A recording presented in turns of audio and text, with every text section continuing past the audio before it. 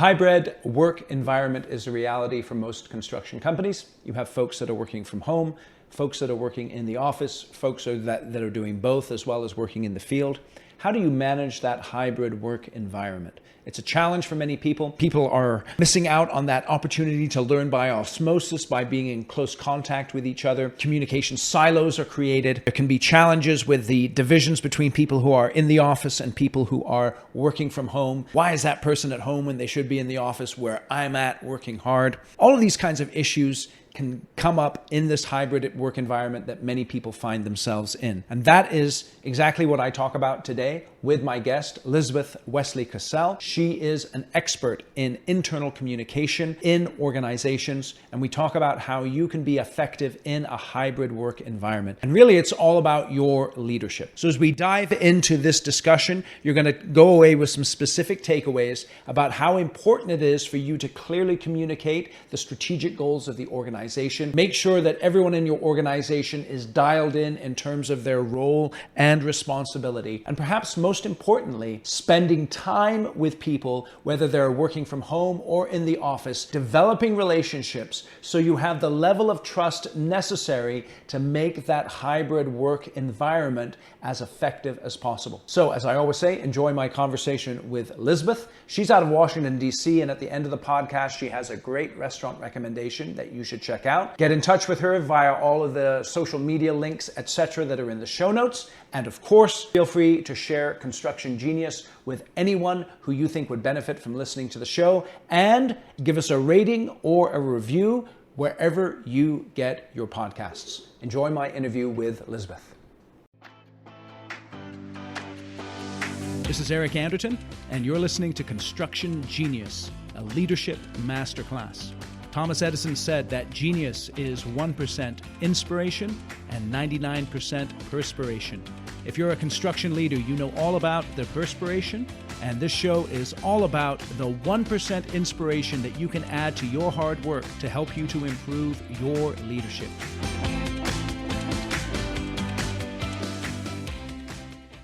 All right, Lizabeth, welcome to Construction Genius. Thank you so much. I am excited to be here. I'm happy to have you on the show because you're an expert in a new work environment that we've entered into over the last 12 to 18 months, and that's the hybrid work environment. That's a buzzword that a lot of folks are talking about right now. Tell me what you mean by a hybrid work environment. Well, as we matured through the year 2019, most all of us understood that if you had a job, you went in, 90% of the population went into an office and worked collaboratively with their teammates, and you could answer questions over the top of a cubicle or meet people in the hallway and problem solve. What happened in 2019 was that a majority of businesses had the forced remote work scenario hoisted on them, and they weren't prepared for that. Everybody worked for the last 18 months to make that work. And now that offices are opening up, businesses are having a challenge with regard to who to bring in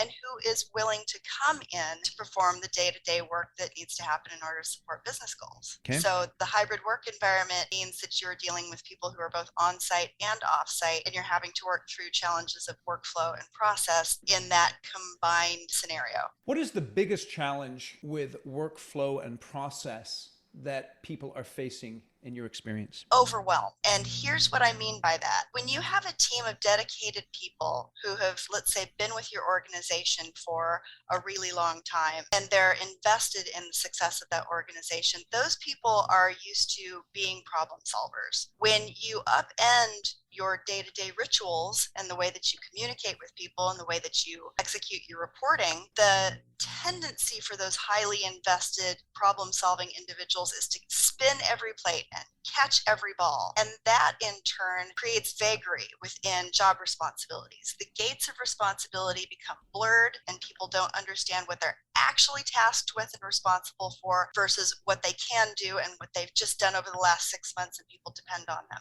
So people lose the guidance and succinct measures of what their job description is and what they are actually responsible for doing. And it also eliminates some of the opportunities for people to grow within the company. Because when you have people spinning plates in a traditional scenario, oftentimes it's the let's call them newer employees, the newer teammates will step up and problem solve. But if everybody's problem solving at the same time, that becomes very complicated and a lot of toes get stepped on. And oftentimes processes and workflow aren't documented because you just have people reaching in and solving the problem in real time. It's interesting you mentioned this phrase day-to-day rituals. What are some day-to-day rituals that a company needs to establish in a hybrid environment when you have folks in the office and folks still working from home? Well, I come from the construction background. I started my career working with the Mills Corporation and Simon DeBartolo. Uh-huh. So I understand what it's like to be on the site and to have a day-to-day task list that includes building a wall here and checking the blueprints there. The rituals that I'm talking about, whether they're administrative or they're physical productivity and construction, they vary. And depending on whether or not you can be on site and can be working with your colleagues to solve problems, when you are now no longer face to face and able to engage with other people, you're losing 70% of the efficacy of communications. Those conversations that used to be part of your, I know my job like my right hand, a lot of those processes kind of dissolve because you don't have a team that is working together to solve a problem and instinctually understands who picks up what pieces and who doesn't. Now you're having to figure out, how do I communicate what I need to those people, rather than standing next to them and kind of engaging in the energy that comes off of your teammates. So this leads me to, I think, a key word, and one of the ways that I know construction companies have struggled over the last year, and this is the idea of learning by osmosis. So let's say last year in 2020, I hired a project engineer fresh out of college, and they're all bright-eyed and bushy-tailed, ready to rock and roll. And yet for the past year, they haven't been spending much time with the superintendent or the project manager, learning side by side with that person how to talk to an owner, how to deal with problems, how to overcome challenges. In your experience as you're working with companies, how does that learning by osmosis barrier get overcome in a hybrid environment? This goes back to one of your recent episodes that I loved, where you talked about onboarding new people. The point that you made during that podcast was that it's important for the new person to buddy up with someone else. So learning by osmosis in a traditional setting may mean that you are taking the new person and someone from leadership, and they get to find those best practices, they get to see them, they get to experience them in real time. But we're finding that is a little bit easier now is if you do the buddy system at a peer level with a teammate. So rather than leadership carving out additional time from their schedule to loop in the new person, because they're probably working on strategy and they're probably trying to figure out what is the next applicable move to make in this environment that is highly complex. The peer-to-peer buddy system gives the new person the ability to learn what the ropes are, learn what the culture is, talk about best practices. And if you've done a really good job hiring and your house is in order, meaning that you have documented processes, clean job descriptions, you've brought in high caliber talent, that person can then start contributing new ideas about how to reach the goals that are either quarterly or annually because they hopefully have had some experience in a previous environment that says, this led me to execute something that solved a problem here. I think that is transferable to the business situation that I'm in now. So the buddy-to-buddy relationship development early on not only adds to productivity, but it adds to improved culture. And that is what is really key right now. My background is both in Lean and Six Sigma, so I understand setting metrics for productivity and accountability and why that's important. But in the environment that we have today, and I can't stress this enough, culture is going to be a very important piece for business leaders, whether it's the construction industry or any other industry.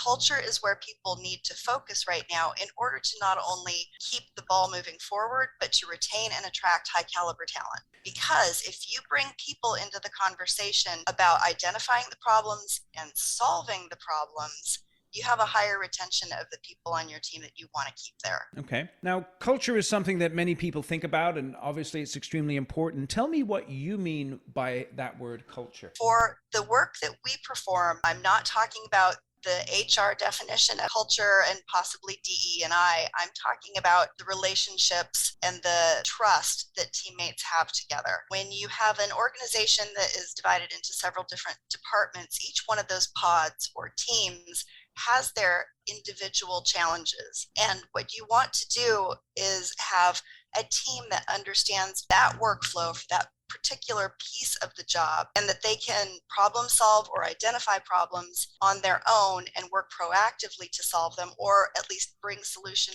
options to the table to leadership, and make sure that the workflow is streamlined. You're always wanting to iterate to create a scenario or an ecosystem where your productivity is high, and the problems or the challenges that you're facing, you see them on the horizon before you're actually experiencing them in real time. It's interesting you link this idea of culture with the overcoming of silos. Construction can be tremendously siloed from the project side to the field side to the estimating side. How have you seen companies who are most effective at acknowledging those silos exist and being productive as you're managing the differences between the silos? I have a client that, though not in construction, they work in trauma care in austerity environments, meaning they're in the Northern Triangle and Syria and other war zones, basically. Yep. What we found was effective for them was to not only create a reporting cadence that eliminated too many stand-up meetings and daily check-ins and all the minutia that people were starting to latch onto that made them feel like they were under control, but also to create team leads that were responsible for problem solving, reporting out, and showing up to make sure that that communication was robust. So in a construction environment where you have all of these silos, it's really important to make sure that you're constantly maintaining communication, whether it's written or if it's in person, and also to identify those people who have an interest in communicating that information forward. And we're also finding over the last 6 months that it's really, really valuable to have almost a system in place to remind leaders to say thank you. And people have different languages how they like to be thanked. Some of them it's monetary, some of them it's a title, some of them it's just an actual thank you. But finding out the ways that team leads like to have engagement and find fulfillment and find that their investment in an organization really matters, that has become crucial for good communication and retaining talent. Yeah, it's interesting. I know in my work with construction companies, the thing that I've seen is most effective in overcoming those silos is when the heads of the departments are working on their personal relationships with each other. Because if their personal relationships are strong in the work environment, then that trickles down throughout their organization, and they really have to make the effort not to think of, the field and my guys or the office and my team, but really bridging that gap through communication with their peer in the other silo. That helps to bridge the gaps lower down the chain in terms of project managers and superintendents communicating well with each other. It's really interesting that. I agree with you 100%. It's also modeling the right behavior for those that you're going to groom to be in leadership later. Yeah, now you just said it better than I did right there, that modeling behavior. So if I'm as a senior executive, if I'm modeling a good relationship with my counterpart in the other silo, others will see that and that'll trickle down throughout the organization. Let me ask you this here. Now, one of the tensions is the silo that is created by this hybrid work environment when I have folks who are in the office and they are looking at people who are still at home and they're thinking, come on, get in the office, let's get to work. Things are not as efficient as they should be. How do you help people through that tension that's created by the different groups of folks, some in the office, some still at home? Part of the process that we go through is to begin every contract with a really deep, detailed assessment, a blind assessment that every person involved in the organization completes, whether it's leadership or it's the people doing the work that needs to be done. And I follow that up with one-on-one interviews. The assessment covers everything from, do you understand how decisions are made through leadership, to are you comfortable with the software that you're using, do you understand the gates of responsibility. But when I get into the phase where I'm doing the interviews, those depend a lot on questions and answers surrounding culture. So how do you feel about your job? Do you feel as though you have input into the decision-making process? Do you understand your job responsibilities? Are your job descriptions actually what you are accomplishing each day, or do they need to be tweaked? So when we're trying to create those conversations and build that confidence in one's job, we're also at the same time trying to plumb whether or not there is an us versus them thought process, Right. or if there's a collective and collaborative feeling that, okay, I don't understand why somebody gets to stay at home and I don't. We do those assessment and survey pieces at the very beginning so that we can have an understanding of the landscape. And then the next piece is to go directly into focus groups. And during those focus groups, we talk about what does it look like when you're trying to reach your goal and you don't have everybody in the same place, or you don't have everybody on board with the same vision of how the goal should be accomplished. And it's surprising that during that focus group time, we usually are able to, because me and my team, we are an unbiased third party, we get some really real conversations, a lot of honesty.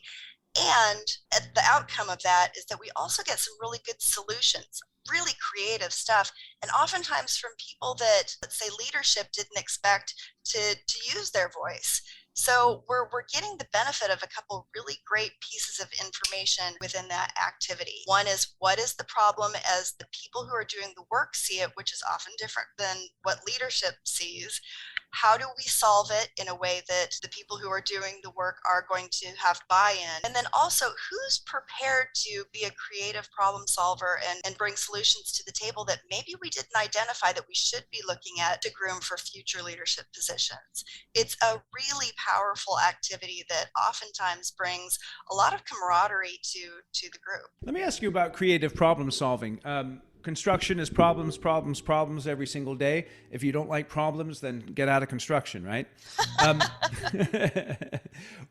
What are some of the most effective creative problem solving frameworks that you have seen companies use over the years? Oh boy. To a certain degree, that is dependent on the organization and the culture that they bring to the table. For example, a family-run organization is going to have a very different culture than one that is corporate from the beginning to the end. If you have people who've been on board, let's say your controller's been part of your organization for 20 years and they are a knowledge node, they're going to be much more comfortable trusting a process that is leadership down. So leadership is brought in model that they've read about or heard about, or somebody's currently coaching and it's the hot thing to do. They're going to be comfortable participating in that, whereas the newer person may not. And in a highly corporate environment where there are no personal attachments, very few relationship building opportunities, hardly anybody's going to be really comfortable with that. So from our experience, the model that works best is to start mining solutions from the people who are doing the jobs right now. It doesn't mean that the outcome is the same from organization to organization, but it means that the team feels heard and their concerns are heard. And right now, because the Great Resignation is a thing, it's really happening. People are leaving their jobs. And the pandemic seems as though it's going to be lasting longer than we thought, making the hybrid workforce experience lasting longer than we may have expected, 6-10 months ago. Listening to your teams and allowing them to bring the solutions to the table is the most successful process or model that we've run across. And we've tried several. And we've had organizations say, yes, we love what you're doing, but I just read this in HBR over the weekend. Can you implement this problem solving model and see how it goes? Through iterative testing, we found that those can be just fine. But when those other types of models are requested for implementation, it's often because somebody has read an article or a study that says Google's environment and Google's culture did this, and they're trying to superimpose somebody else's solution on their own organization. If you let an organization, which really is an ecosystem, it's a interdependent living organism, create its own solution, you retain your people and you reduce costs much faster. So there needs to be then an understanding of the culture and a willingness from the executive team to tap into the genius of the people who are actually on the ground working on the problem. Yes. And it's not woo-woo, and it's not all, I mean, it is soft skills, but it's not soft. Yep. If that makes sense. No, absolutely. So let me ask you then, in terms of managing performance, because the fear that many people have, and it's been borne out in some circumstances, is that if I can't see my people, their performance is going to be affected. How do the best companies who are successful in the hybrid environment, how do they manage the performance of their folks? This is going to sound antithetical. However, that's usually a leadership problem. If you've hired good people, you need to show them where the North Star is and get out of the way. Okay. If you are concerned that your team is going to lose their momentum or their direction unless you are in it with them every day 24/7, then you either haven't trained your people right or you've hired the wrong people. And a lot of organizations are finding that brushing up on their leadership coaching, executive coaching, is an investment that's worthwhile for them. We don't perform leadership coaching per se, but we do give some really great direction when organizations want to provide that service for the people who they've invested highly in. Now, none of that is to say that it's not human nature right now to want some control over something. We all could use with a little more control in our lives. We've had a lack of it for 18 months, if not more. So that little brush up and maybe additional classes or conversations or one-on-one coaching with somebody who really knows how to speak your industry language or speak to the crisis, like pretend it's scaling or, any number of different scenarios. There are people who specialize in talking people through that, as well as the need to control. When leadership has a light touch, but a very clear vision, usually the people who are doing the jobs, again, if they are the right hires, are going to be the ones that step up to the plate with initiative, being proactive, reporting out well, and establishing what they see as the landmines on the horizon and the solutions that they can bring to the table. So I think it's very interesting. I really like that idea of clear vision and light touch. And if I'm hearing you correctly here, what you're saying is that if my people are struggling in a hybrid environment with their performance, then perhaps it's my fault because I've hired the wrong people. Did I hear that right? And it's okay to be that direct, Lizabeth. It's perfectly okay. Yes. And it takes a process to figure out if that's the answer. It might be that you didn't hire the right people. It might be that you're trying to be too controlling. It also might be that they need more guidance. But the way to find the bottom of that barrel in the baseline is to speak to your teams. You can only find out which of those possible solutions or scenarios it is if you talk and listen. Listening being actually more important than talking. Yep. So I encourage leaders to, at a very minimum, have on their calendar, base touching meetings every quarter. So sitting down and listening to what people have to say, what they think their challenges are, what they think solutions are. And those challenges might not be just, I don't have weekly reporting from my subordinate or my peer. They might be, hey, I think that as a group, my silo or my department isn't clear on what we need to do this quarter in order to achieve the annual strategic goal at the end of the year. So that back and forth exchange will help you tighten up your descriptions, your relationships, and productivity. Because during those conversations, you find out, oh my gosh, you just burned daylight on this thing that's really priority level green when you should be looking more toward priority level orange and red. So let me ask you this then. You just brought up an important aspect of leadership, and that's the skill of listening. Tell me what you think let me ask it this way. How can I become a good listener? It takes practice, and it probably, for some people, takes coaching or reading, some education. Really, it's coming to the table with, I understand, is the 8 C's, compassion, curiosity, really wanting to take the time to find out if the person in front of you is clear on where you want to go, and then just taking a beat, listening to them, letting them have a space to share ideas, share even wild ideas. The need for people to dominate and control a conversation isn't because they're smarter, isn't because they make more money, it's not because they have had more time in an industry. It's often because people are uncomfortable with that quiet, paused space. But if you can sit through that, the person that you are trying to get the information from, for the most part, will be the ready participant in this exchange. It really is a partnership to have a conversation. And the person who is doing the listening usually ends up being the one that benefits from that conversation the most. So if you can sit with your success and your leadership and the station in life that you're at, and ask somebody what they think, or what they think a solution is, or what they think the problem is, be present and be calm, you will walk away with insights that you didn't have before that conversation, making you a more well-rounded leader and probably a better manager. So you said something at the beginning of that about the 8 C's. You mentioned, I got two of them, compassion and curiosity.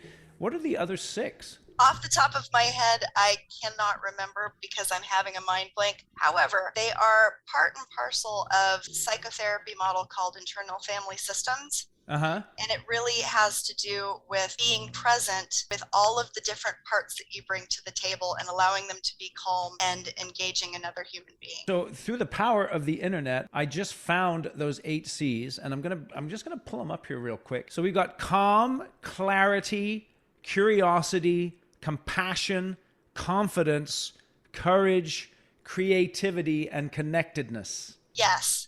And I do not feel bad about not being able to remember them all off the top of my head. The founder of this psychotherapy model is a friend and past client of mine. He often misremembers too. So no, you're good. You're good, Elizabeth. I okay. think, yeah, no, it's totally cool. I'm just interested because I do think that listening is such an important skill for executives, and it's a very difficult one. I don't know many executives who are naturally good listeners. They really have to work at that. And so this idea of compassion and curiosity, I think, is really important. How can someone stay calm, do you think? Because I know a lot of executives who are not naturally calm. They're naturally very driven, and that's why they're in executive roles.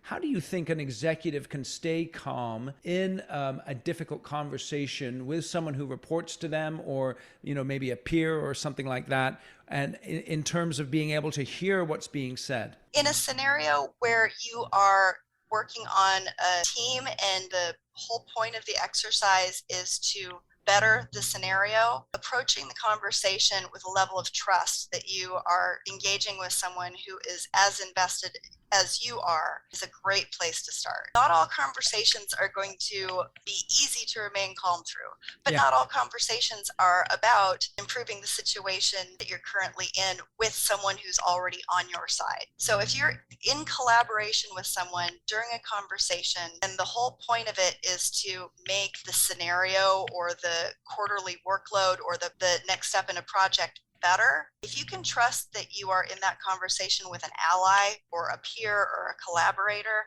that takes a lot of the need for speed out of the conversation, out of the moment. And realizing that if you're in it with a collaborator, that means that you are talking to an individual that has a different perspective than what you have, and probably brings that different perspective and different solutions to the table. If all you want to do is sit and listen to yourself talk, you might as well just hang out in the bathroom and talk to the mirror the entire time. But if you want to make things better and see how other people see the problem and see what other solutions will have that you may have not, thought of yourself, no matter how smart you are, then trust is a huge piece of the equation that can give you that space and that grace to have an exchange. In your experience, how do effective executives develop trust with the people that they work with? They spend time with them. They make time in their schedule to get to know those people. Whether you only have enough time to develop those relationships with leadership, or you have enough time and your team is small enough that you develop those relationships with everyone down the line in the hierarchy, that may be a case-to-case situation. However, the people that are the most successful executives and the most successful leaders know who their teams are. They've invested enough to know what the team's strengths are or what individual challenges are, and they have an idea about the people that they are depending on, that they can understand who has super talents and super skills in different areas, and they know under which circumstances to turn to them and which conversations to have. It's interesting. So the development of trust, it takes time. And that's why this is important right now. Because of the hybrid environment, we are losing that connectivity. Yes. And so refocusing our energy on making sure that we are going above and beyond to develop those relationships and create those understanding and create that sense of intimacy is really, really important.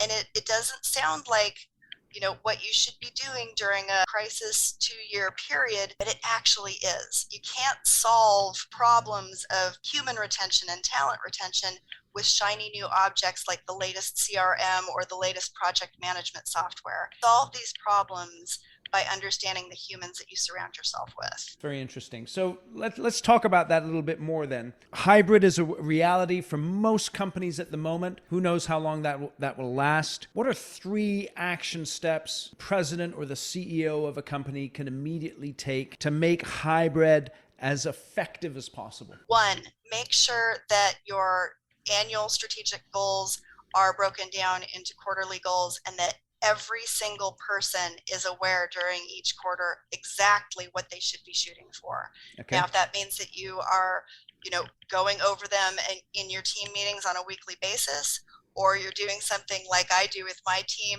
and I sent everybody a digital frame, and within that frame, our strategic annual goals and our quarterly goals just rotate around all the time. Keep those front of mind for your teammates so that when they're working without guidance, they know how to make decisions that support that next step. Excellent. And they understand how each step builds on the other one. Another one is to go in right now and identify whether or not your job descriptions are tight and on track for the work that your people are doing today. Because the work people are doing today is not the same work that they were doing 18, 19 months ago. If they're in the field, you probably have, additional labor tasks that people need to have on deck. If you are dealing with administration, you definitely have different roles and responsibilities that are involved in that. It could just be that the move to Zoom means that your, administrative assistants are now required to have a deeper understanding of technology. Make sure that that information is in their job description, because clarity allows people a direct pathway to success, and being able to achieve success means that people are fulfilled in their job. There's nothing that's coming down the pipeline that's confusing to them, and they don't know where they stand or what you expect. And I think the third one is building time into your calendar to develop your relationships. As much as you may be used to developing relationships with investors, you need to find it just as important to develop relationships with the people that work for you. I really like that. So number 1, make sure that your annual and quarterly goals are clear and visible. Number 2, make sure that everyone understands what their job description is and what they're responsible for. And number 3, make time to spend time with people, whether they're in the work from home or in the office environment, so that you get to know them and build that trust that you spoke of. Yes. Excellent. Excellent. Lizabeth, I really appreciate your time, appreciate the insights today. I know that you're corporately based out of Washington, D.C., so if I'm ever going to be visiting Washington, D.C., what's the one restaurant I need to hit? Downtown in the K Street area is a fantastic restaurant called Moderna, and they have some of the most creative Italian food that I've probably ever had, but it's not your traditional family style Italian. It's really beautiful, creative seafood, and it's delicious. It's just fantastic. And that's Moderna? How do you spell that? Modena. I just found it. Yeah. Yep, I got it. Okay, so we're going to put a link in the show notes to that restaurant? I was just going to say, my friend is the chef there. John is amazing. And if you get a chance to bring him out to your table, he's a wonderful conversationalist too. That's awesome. Awesome. Well, I really, really appreciate your time and your insights here today, Lizabeth. Tell us a little bit more about what you do and who you work with. Certainly. L12 Services is an internal communications firm dealing with workflow, process, and culture. We help to streamline the business practices of organizations. We have worked across many industries, from NGOs, as I described earlier, to construction companies, to tech in the Silicon Valley. We're also making some headway in the renewable energy sector, which is very exciting because if the infrastructure bill makes it out of the Senate, those are teams that are going to need to hit the ground running and have their systems and their workflow tight. So we're starting those conversations now, and it's just really a fun time to be in the information organization space. That's awesome. Awesome. And if people want to get hold of you, how can they get hold of you? Our website is l12services.com, and I'm on LinkedIn, Lizabeth Wesely-Casella. It's spelled in a very unique way. There's no E at the beginning of my first name, and Wesely-Casella has the vowels in all the wrong spots. But since it's unique, I'm pretty easy to find. Awesome. Well, we'll put links in the show notes to your website and to your LinkedIn profile, as well as your restaurant recommendation. Elizabeth, thank you for your generosity and your time today on Construction Genius. Thank you, Eric. I've enjoyed it immensely. Awesome. Today's episode was brought to you by the Construction Conclave. If you as a construction leader would like to develop your skills and get involved in a community of like-minded construction professionals who are focused on building healthy teams, profitable projects, and long-term successful businesses, then the Construction Conclave is for you. It's a private, invitation-only group of construction leaders that are focused on developing their leadership skills. We do training every single month online that looks at how to become a better leader in a very practical, straightforward way. We also have other events that build community and camaraderie so that you can associate with others who are interested in developing their skills as leaders. If you'd like more information and to see if you qualify for participating in the conclave, feel free to reach out to me, eric@ericanderton.com.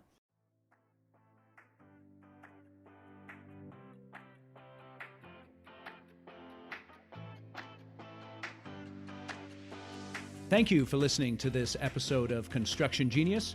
Hope you found that 1% of inspiration to help you in the next few days. If you like the show, please give us a 5-star review on iTunes, share it with other construction leaders who you think would benefit, and thanks again for listening.